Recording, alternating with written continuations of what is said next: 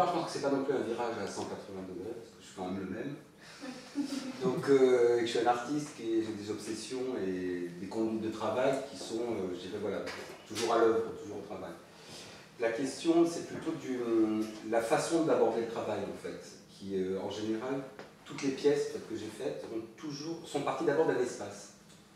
C'est-à-dire que de réunir des gens, dans un premier temps, je sais avec qui je veux travailler, et je construis un espace, finalement, avant de travailler avec eux, pour me dire où est-ce que ça va se passer, avant de savoir qu'est-ce qui va se passer, ce qui m'importe. Donc, j'ai toujours un petit peu cette obsession, souvent, pour moi, travailler, c'est aussi créer une famille, et que très souvent, j'ai besoin de savoir dans quelle maison je vais amener cette famille, avant de savoir comment elle va vivre, en fait, quelque part, pendant le temps de création. Donc c'est vrai que ça part très souvent d'un point de vue scénographique. Aussi parce que, comme vous devez bien le savoir, c'est qu'à partir du moment où on dit qu'on peut faire un projet, et le moment où on commence à le faire, il y a un temps de production qui est absolument énorme, qui est de l'ordre de 1 an et demi, 2 ans. Et là, c'était 1 an et demi, 2 ans? Oui, comme tous les projets. Entre le moment en fait, où je dis je veux faire une pièce et le moment où on rentre en studio, tout le temps. Tout le temps. On est toujours à 2 ans. Donc, je dirais que je travaille sur un espace, entre-temps, aussi pour maintenir le désir un peu éveillé.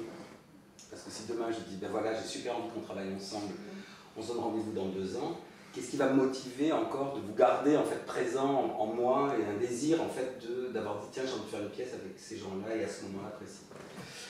Donc, cette chose-là, dans le sens du virage, en fait, est que j'ai décidé qu'il n'y avait pas de scénographie tangible dans ce projet, et que donc la seule chose sur laquelle je devais continuer à faire tenir mon désir étaient des combinatoires purement physiques.